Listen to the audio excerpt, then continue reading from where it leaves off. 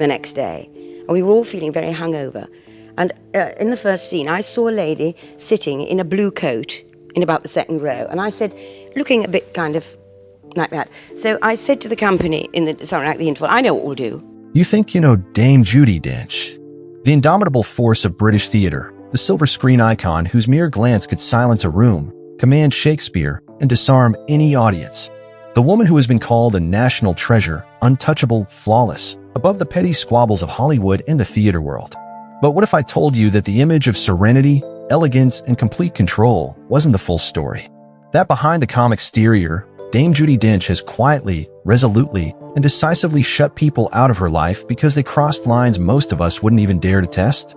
These are the 5 people who challenged her, humiliated her, or dismissed her authority, and who, for Judi, became permanently off-limits.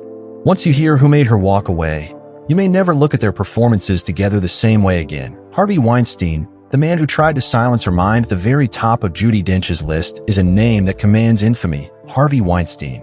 One of Hollywood's most powerful producers, a man who could make or break careers, who had a reputation for control, manipulation, and intimidation. Yet, in a quiet meeting in the early 2000s, when Dench was being positioned as a contender for major awards, she encountered a lesson in disrespect disguised as guidance. The campaign talking points, she noticed, emphasized fragility, age, and sentiment, rather than her craft, authority, or decades of experience. Seeking clarity, Dench requested a private discussion. Weinstein, leaning back in his chair with a dismissive smile, said words that would echo through her career. "Judi, leave the thinking to us. You just show up." In that instant, everything changed. Dench, never one to raise her voice or compromise her dignity, responded quietly, but firmly, "I've been thinking for myself my entire career." She left the meeting without argument, confrontation, or retaliation, but the boundaries were set forever. Weinstein never followed. He never apologized. He never tried to regain control. For Dench, the lesson was clear. Respect is earned, not demanded, and anyone who tried to take it away would be shut out entirely. From that day forward, she reduced contact to the bare minimum, declined projects tied to him, and when unavoidable, imposed strict limits. Years later, when Weinstein's behavior became public, Dench expressed disbelief externally, but privately, those close to her knew she had already seen the man for exactly who he was in that single sentence. This wasn't about ego or vengeance. It was about protecting the integrity of her mind and career, a boundary that, once crossed, would never be reopened. Daniel Day-Lewis, the co-star who pretended she didn't exist if you thought denial of talent could be subtle, Daniel Day-Lewis provided the example. On paper, a pairing of Dench and Day-Lewis should have been flawless, a meeting of 2 towering figures of acting. In reality, it became one of the rare instances in Dench's career where she did not just withdraw quietly, but shut the door completely. From their first days on set, Day-Lewis immersed himself in method, refusing greetings, avoiding eye contact, and effectively erasing Dench's presence between takes. While the crew brushed it off as eccentric dedication, Dench knew it was deliberate. The turning point came during preparation for a crucial shared scene. She approached him with the script in hand, offering guidance on pacing and emotional emphasis, only to be ignored. Calmly, she clarified, "Daniel, I'm speaking to you, not the character." Still, no response. Another attempt later that day, suggesting a run-through, was met with the same silence, coupled with his claim that truth could only exist inside the take. That moment, public and undeniable, left Dench with no choice. Privately, she later described the experience.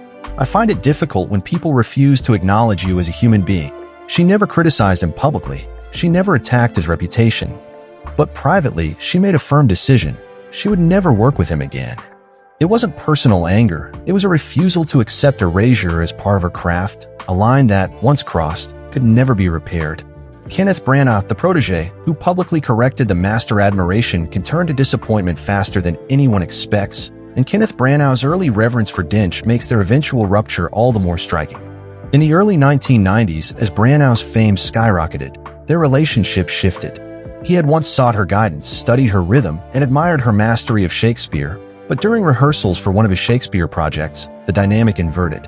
Dench arrived prepared, having meticulously worked through her scene, only to be interrupted and dismissed in front of the entire cast and crew. Branagh suggested she was overthinking, implying that her careful preparation was outdated and that his freshness and speed were the future. The silence that followed was palpable. Dench, never one to escalate, responded not with words but with tightened precision and quiet insistence on excellence.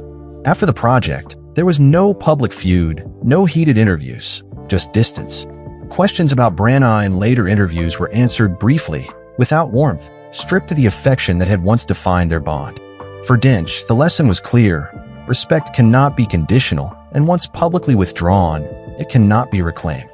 The bond of mentorship, once severed, remained permanently closed. Maggie Smith. The sentence that killed a friendship few relationships carried as much assumed strength as that of Judi Dench and Maggie Smith. Two icons, two queens of British theater, who had endured the same battles and shared mutual understanding of the rehearsal room's unspoken rules. Yet, during a major West End production in the late 1980s, an innocuous question about emotional timing ignited a rupture. Smith, under pressure and distracted by press obligations, snapped at Dench in front of the cast and crew. "If you want to direct the play, Judi, just say so." The words were not loud, but the implication was clear. Dench's precision was interference. Dench did not respond, choosing calm restraint over confrontation, but from that moment, warmth evaporated. On stage, performances remained flawless, but off stage, conversations shortened, eye contact faded, and a once unshakable bond was replaced by polite distance. Dench spoke of Smith with admiration in later interviews, but the affection, the shared ground, the intimacy of professional trust was gone forever. For Dench, the betrayal of a peer and friend cut deeper than any producer's slight. It was personal, professional, and irreparable. Steve Coogan, the joke that ended all respect even in lighter, collaborative projects. Respect could not be compromised. On a project designed to balance wit and weight, Dench's meticulous preparation met Coogan's improvisational humor. Initially, the dynamic was productive, even enjoyable, but during an early table read, Coogan dismissed her question about the emotional spine of a line with a quip. "The audience isn't writing a thesis, Judi." Laughter followed, but Dench did not join in. From that point, rehearsals became uneven. Her notes brushed aside with humor, her feedback unacknowledged. The breaking point arrived during a rewrite session when Coogan suggested trimming one of Dench's monologues for charm over lecture. The comment, while seemingly playful, struck at the core of her professionalism. Dench met his eyes once, closed her folder, and said nothing. From that day forward, she kept her distance, her interviews neutral, her tone devoid of warmth. The project ended. So did any collaboration. For Dench, humor that dismisses the work is as destructive as arrogance. It removes the foundation of respect, and once that foundation is gone, there is no rebuilding. Each of these stories, while distinct, shares a common thread. Judi Dench's boundaries are non-negotiable. Her respect cannot be taken lightly, and her silence carries more weight than many words could ever convey. These were not moments of public scandal or loud confrontation. They were quiet, invisible shifts, often unnoticed by the world, but monumental to her. Once someone demonstrated that they would not respect her intellect, her craft, or her humanity, the door closed, and it stayed closed forever. You might wonder, would you have acted differently in her position? Could you have endured the dismissals, the silences, the subtle erosions of authority and recognition? For Dench, the answer is simple. Integrity over convenience, professionalism over ego, and boundaries over compromise. Her career, her reputation, and her legacy are defined as much by these quiet decisions as by the awards, the accolades, and the applause. This is the story behind the iconic, untouchable figure we admire on screen and stage, the side of Judi Dench that few have seen, and fewer still have survived.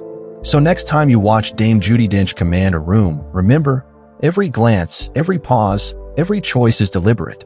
She has seen the line, and she will never let anyone cross it again. These are the people Judi Dench could never forgive, and her silence says more than any headline ever could.